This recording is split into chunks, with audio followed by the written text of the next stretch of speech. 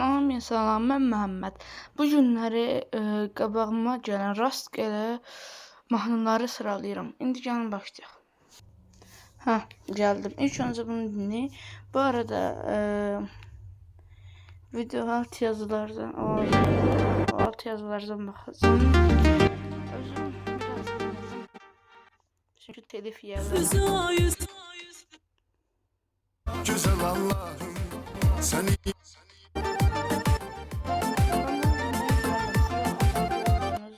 buradan telif yememeye göre şirin özümsən, nazlı nazlımsan, hayatta bir ömür mənə lazımsan. Yaşamaq səbəbim, nəfəsim ruhum. Hoşuma geldi. Ondan 6'ya koyarım. Yani hoşuna geldi diye siz niye koydun 6'ya da yani o kadar yaşlı. Bu mahnıyı mən dinləmişəm. Çok yaxşı.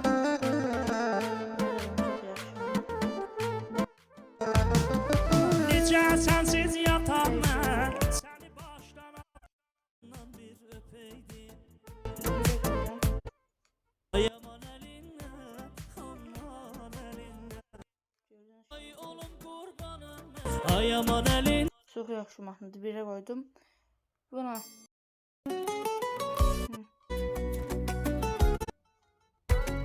Məni hər anı qalan ömürdə bəsimsən, bəsimsən mənə doğma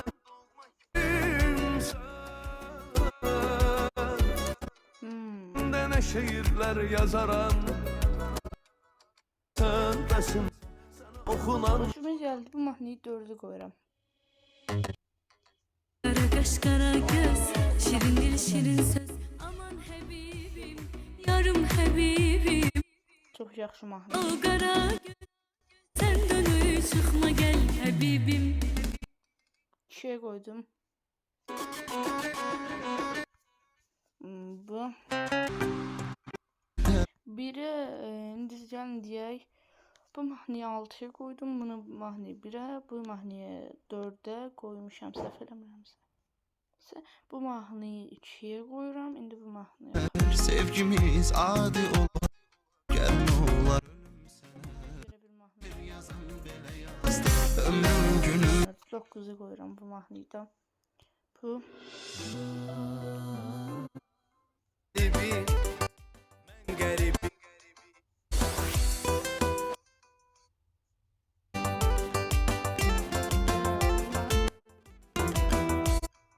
Kalacak öz eşkimden. Yani mənə görə də o qədər mənim görə mahnı o qədər deyil. 7'ye koydum bu mahnıyı da.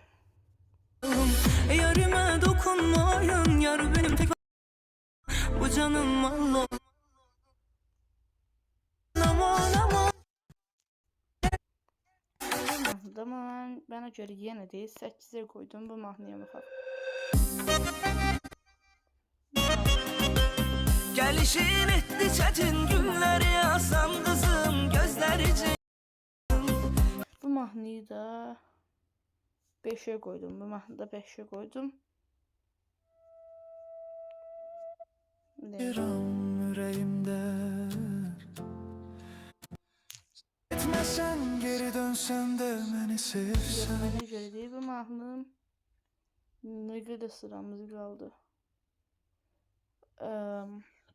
8'e koyuram. Yani ben montajlayanda videonu siz görərsiniz. Alttan yazmış olacağım əgər səhv deyirsəmsə. Məncə 1, 2, 3 ilə 4 qaldı deyəsən. Onlar da. Kime deyim derdimi Kız Gəldi. 3'e koyuram bu mahnıyı da. Sonra bu. Kara gözlü gözlerinin yaşları Bunu da 4'e. Yani deyirəm özüm eləyərəm. Yani düzeltirim montajda. Size video ne tür olduysa ondan sonra tıklayın. Bu arada yani 347 abone olmuşuq. Çok sağ olun. 350 abone hedefimiz 350 abone. Neyse. Sağ olun, sağlık kalın.